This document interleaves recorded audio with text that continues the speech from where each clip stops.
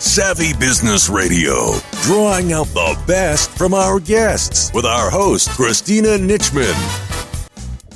Our guest today is Martyn R. Lewis, an acclaimed business professional with vast experience in all aspects of revenue generation. Today he shares his latest book, How Customers Buy and Why They Don't. Find out more and get your very own copy today at buyingjourneydna.com.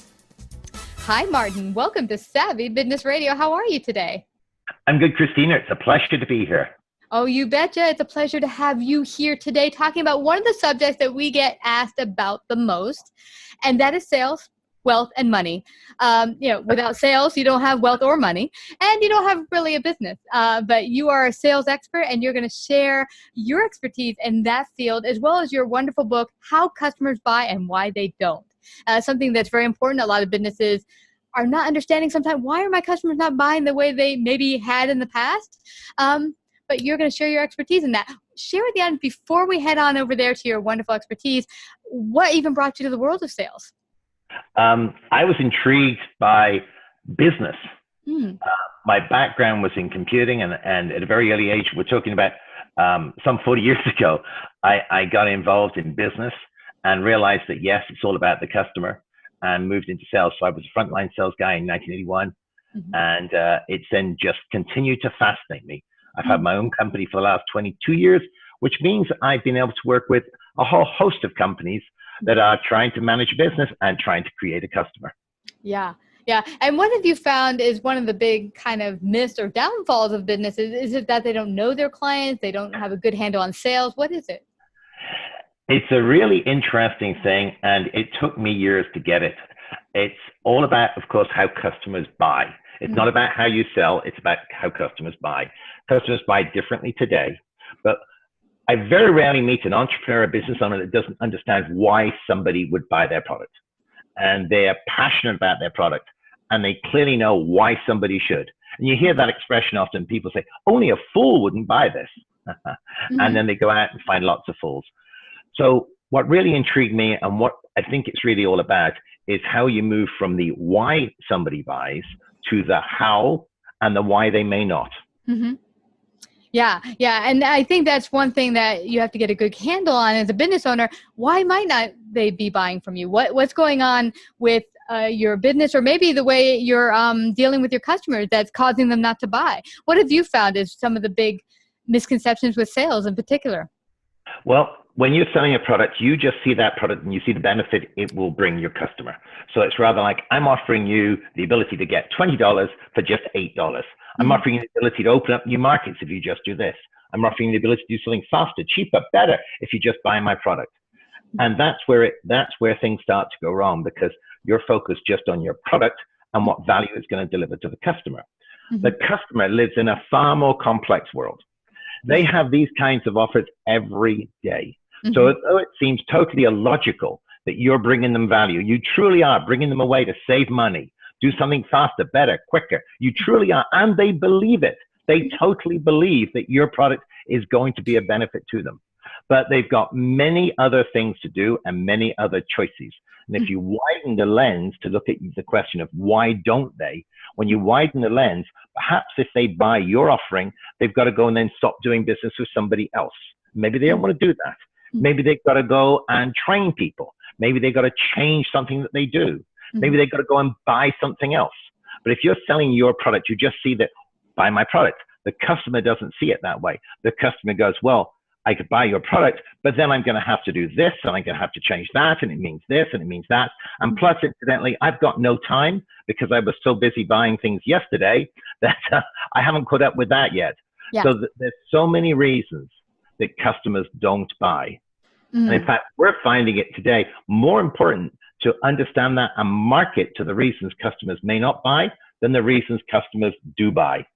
Wow, this is fascinating for me because I recall Martyn. There was this wonderful dance teacher I worked with, and there were a number of great dance teachers in the school, and I wanted to work with them. They were trying to pull me over to their class, but I felt like, hey, when you work with someone, you build that relationship, like with a business owner, you build that relationship, and you don't want to say, even as good as the other business might be, you don't want to say to the business you're working with that you've built a relationship, well, later for you, I'm going over here. You almost feel like you're going to diss that other business if you go working over here.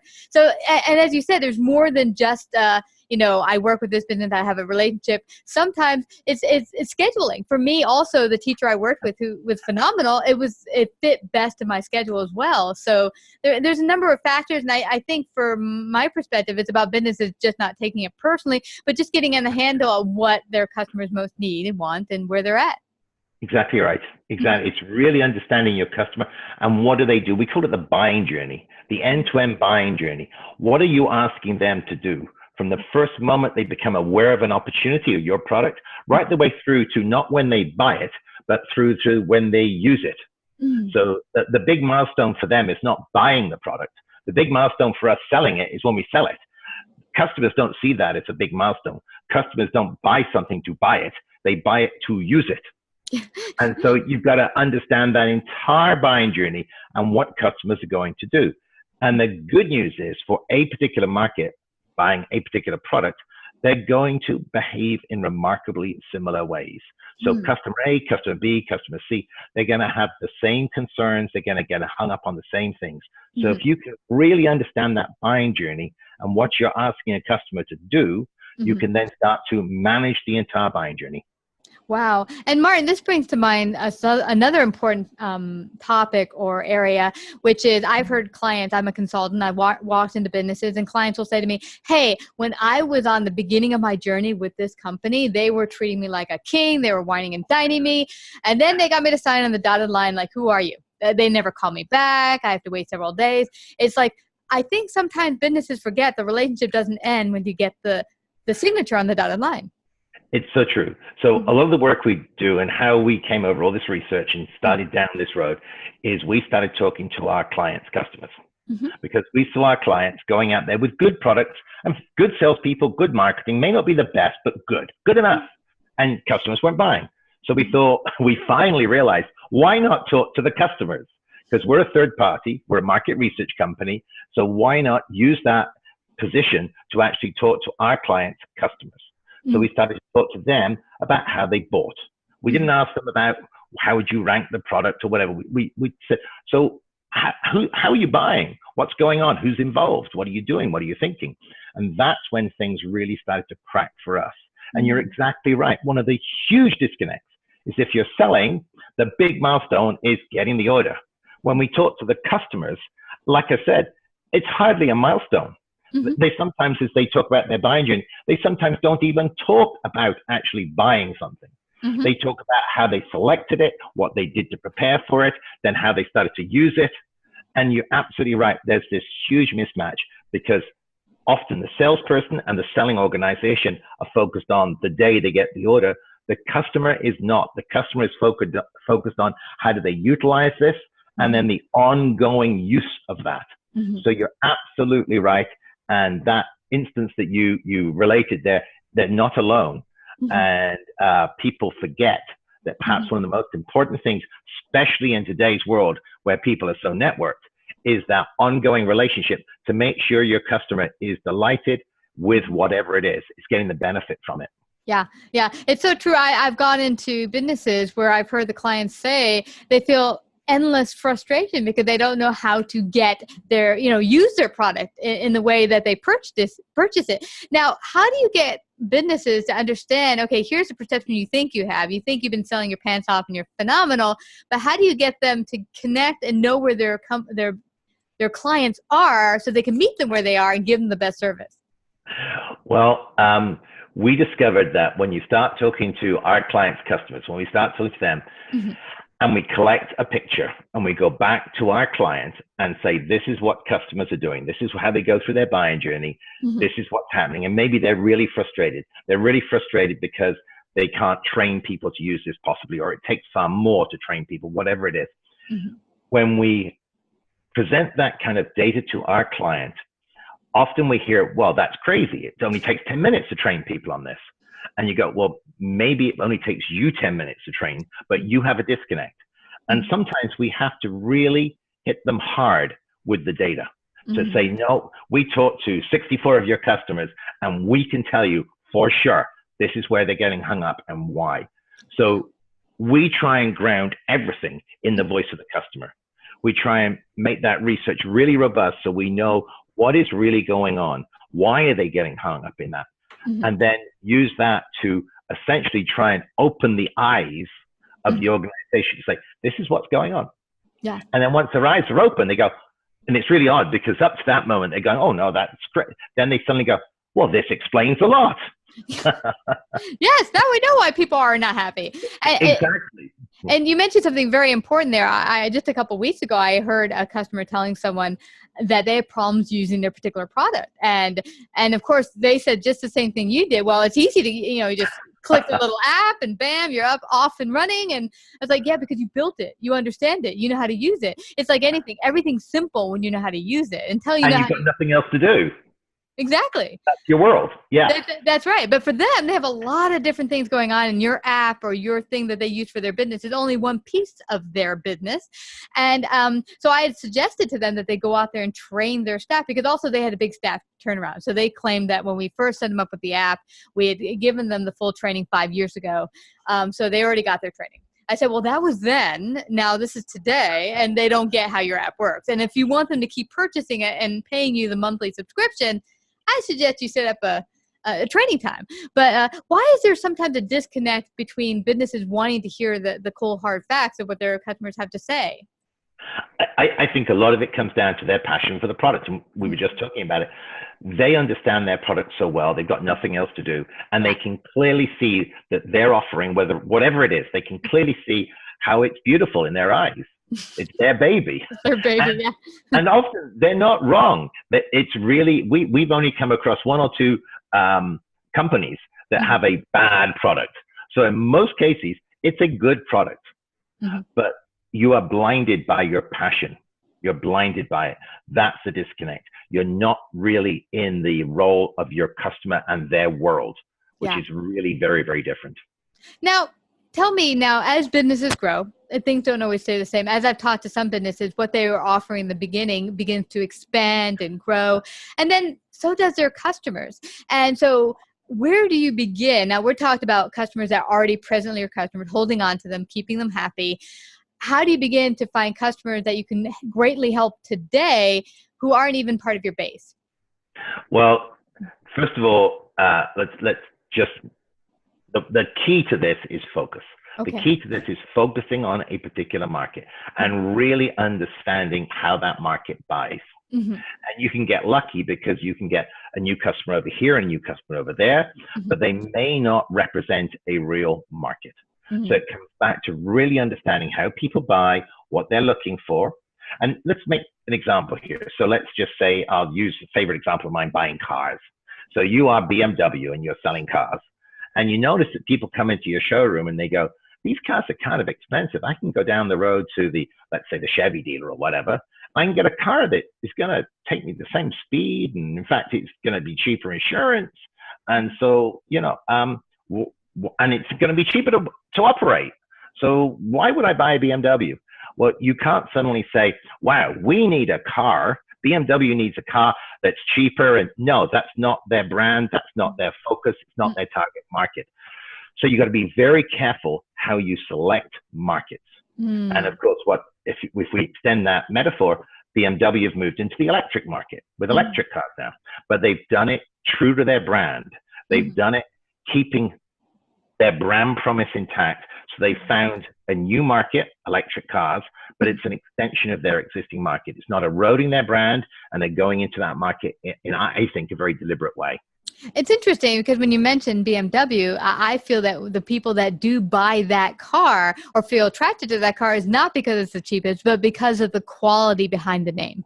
So it's what do you want? Do you want something on four wheels that just gets you from A to B and it's inexpensive? Or do you want something of great quality that's very well done mechanically and is going to keep running for years and years? So it's like, what are you looking for as a customer?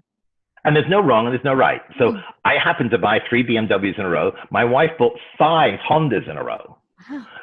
So something appealed to her about Honda. Something appealed to me about BMW. Neither of us was wrong or right.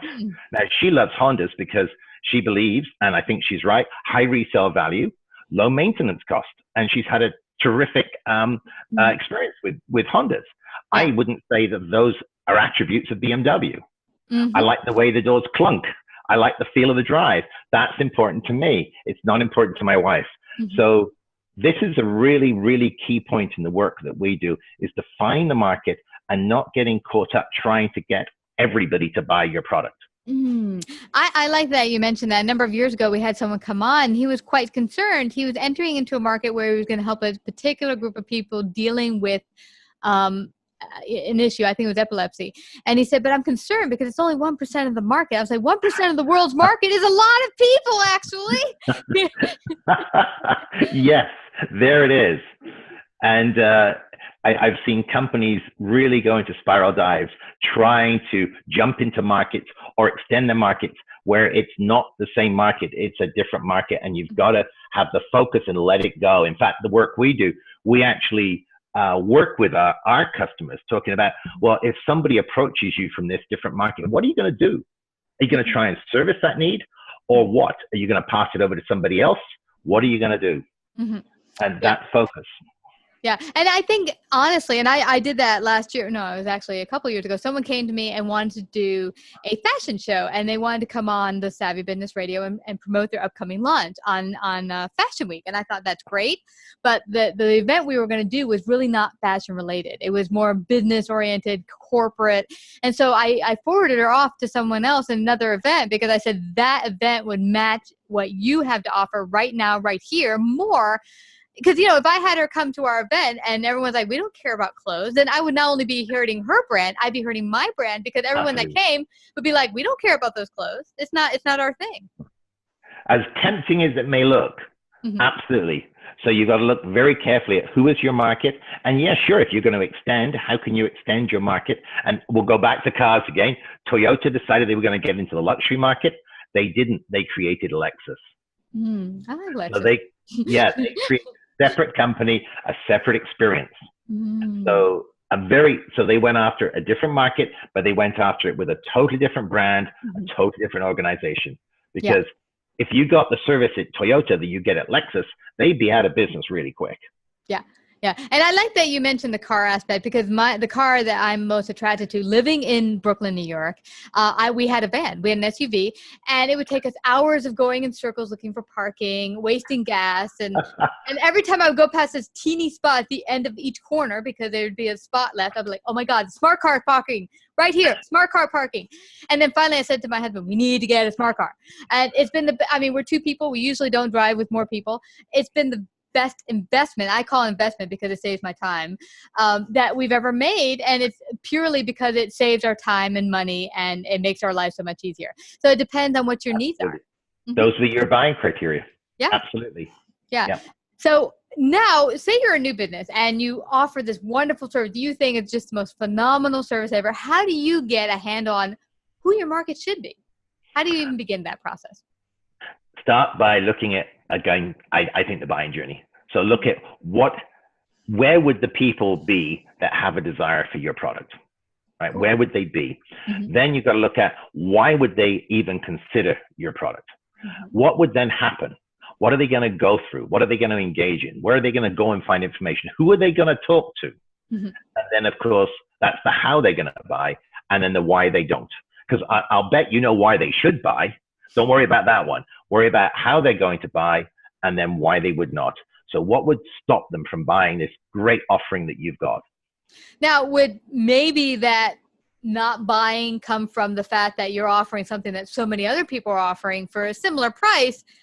Then you're like, okay, that's why they wouldn't buy, because there's so many other people who've been in the market. They've been there for years. They have this trust factor, this influence factor. How do I compete with that? And then now you know where to start from. You know that here's who I'm dealing with.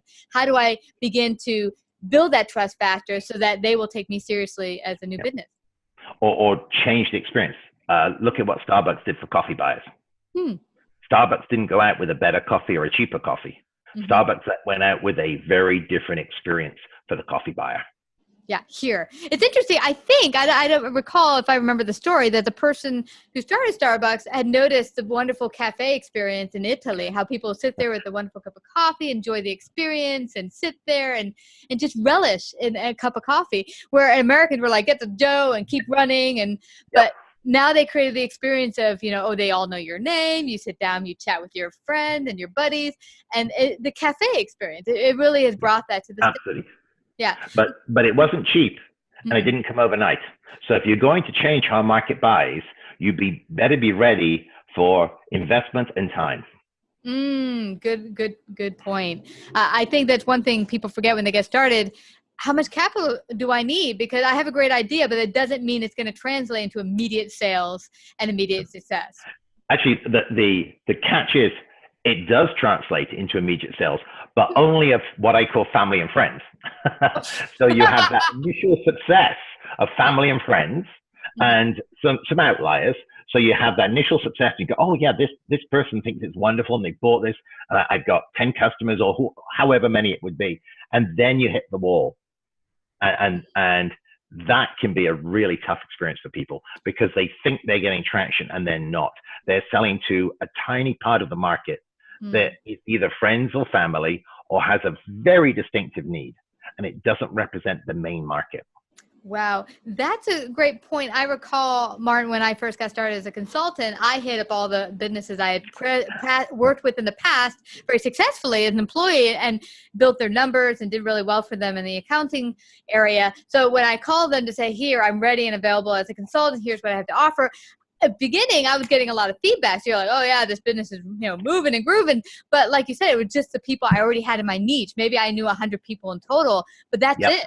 Yeah. And then knew you, and they knew your reputation. Yeah. So you were connecting for these reasons. Yep. Yeah. And then now, how do you get out there in a bigger way? Social media helps, but now talk to brand, because one thing I found, even with myself, is I would post a lot of maybe personal stuff on Facebook or social media in the beginning as related to my business. And then, some people I know were like, well, it's not really helpful because this is not your brand. So how do you stay contingent with your brand, but also even get a handle of what your brand represents as opposed to your personal life, because it's separate? Absolutely it is. Absolutely. And well, we could talk for a long time about brand, but let's say the one word that I think is really important is authenticity. That if you're trying to create a brand that is not authentic, you're going to be disappointed. At best, you're going to be disappointed. At worst, it could be far worse than that. So the brand has to be authentic. From there, obviously, you've got to really, again, target your brand towards your market. So we'll take Toyota and Lexus again, very different brands, very different experiences. They're giving the customer a different experience. They're creating a different brand. The Lexus brand, and this is kind of interesting, and we can bring it back to people who are starting. The Lexus brand hasn't been created by a nice logo. The Lexus brand hasn't been created by kind of good colors and whatever, or a website. The Lexus brand has been created by customers telling other folk, this is fantastic. I've never had an experience like this. When I take my car in for service, I don't have to wait. They give me a loaner. They don't charge me for the loaner. I don't have to sign paperwork. People talking to people, word of mouth. That is so much more a factor for people buying anything. It doesn't matter whether you're buying coffee, a meal out, or a $10 million jet. It doesn't matter. That word of mouth, that connection between customers is absolutely the key today. And that's where your brand's going to get built. It's not going to get built on a website. It's not going to get built on a business card or a logo. It's going to get built by word of mouth and your customers and prospects networking together. That is such an important point. I'm glad you went here, Martyn, because one thing I got early on, and I was very concerned with it, the very first thing I did to create my consulting business was sit there for a week creating a logo, and then a beautiful website for the next several weeks, and a beautiful brochures, but the first year I used as my company picture on all my social media as my logo, which I was so proud of. It was so beautiful. And it was, I think, a year out, I posted a picture of myself, and then someone wrote back at me. I get like immediate 10 hits, like, oh, wow, it's nice to meet the person behind the logo. Because with the logo, no one's, it's like, it's just, it's dead.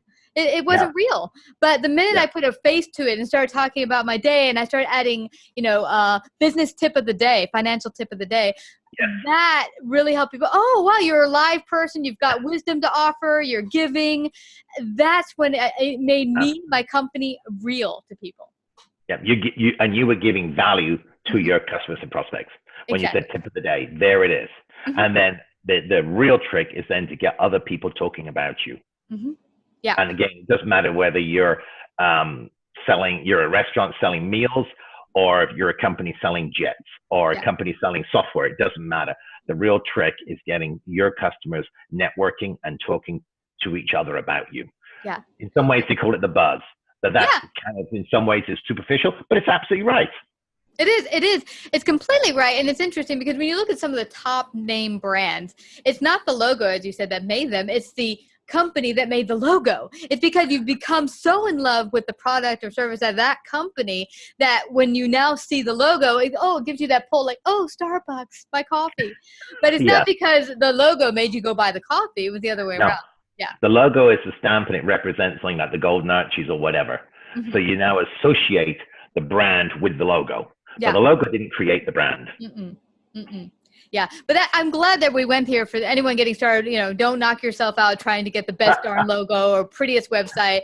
I always say the best way to get started now, from my experience, is just move one foot in front of the other and start moving and start connecting. Talk and listen. Ask questions. Yeah. Ask questions. Because if people that are strangers to your brand start buying, ask them questions. Why did you buy it? What attracted you to buy from us as opposed to someone else? Yeah. What else can I do for you? Who do you know that I may be able to help? And then listen really good. Yeah.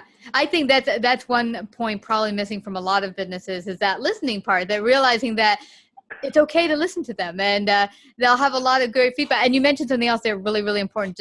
I just saw it pop out, which was referrals. There's nothing wrong with asking for them. If they're happy, hey, can you tell your friends about us? Yeah. It's fascinating when you turn about listening. This is ironic, and salespeople do this, but companies do it, and big companies do it. When they're not getting the traction in the market, or they're not getting success with the customer, what do? They talk more.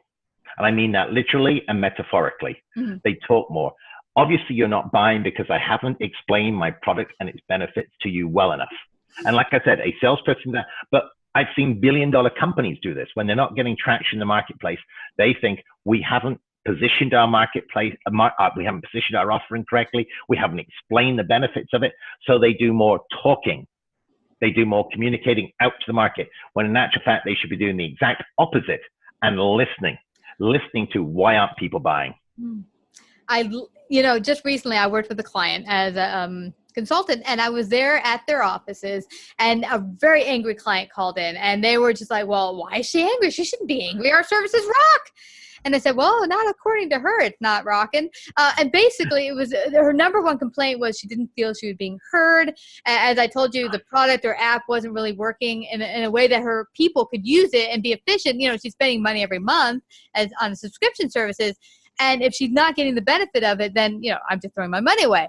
So they were just trying to defend themselves. Like, it's a great app. We have so many other clients and they're all happy. And I'm like, dude, stop talking. Let's look at face value, why this isn't working for her. Forget about the other clients. And what can we do to make it work for her? Don't take it personally. She's not trying to attack you personally. It's not a personal thing. Yeah. Yep. And she may not be an outlier. What? An outlier. What's that mean? She may be representative, because all too easy it's, that's the kind of person that shouldn't even be buying our product. So there's the 0.01% or whatever that is the outlier. That they are crazy and they're going to complain about everything. So when you get the complaining customer, it's so easy to say, wow, they're crazy. No, you got to listen. Now, when you listen and you understand, maybe you find out that, yes, there is something there that really is not your problem. But then how can you help them anyway? But you got to listen to understand the root cause, because in that can be something incredibly important. Yeah. And I'm thinking, if one person's complaining about how the app is not efficient for their business, maybe other businesses who are not stepping up to the plate and talking are having the same problem. Absolutely. And it could be, and probably is, an opportunity. That's right. How can we get this so much more easy friendly? And if nothing, maybe have a fun event every year for all of our clients to come out, and we give them a fun training with some events, some fun event to connect this all together. And there's a bunch of ways we could bring this together and make it fun for everyone, as well as learn how we can help their business even more. Totally. Yeah. Well, this has been so fascinating, but I don't want people to leave without finding out how they can get a copy of your book, how customers buy and why they don't, and find out more about you. How can they do that?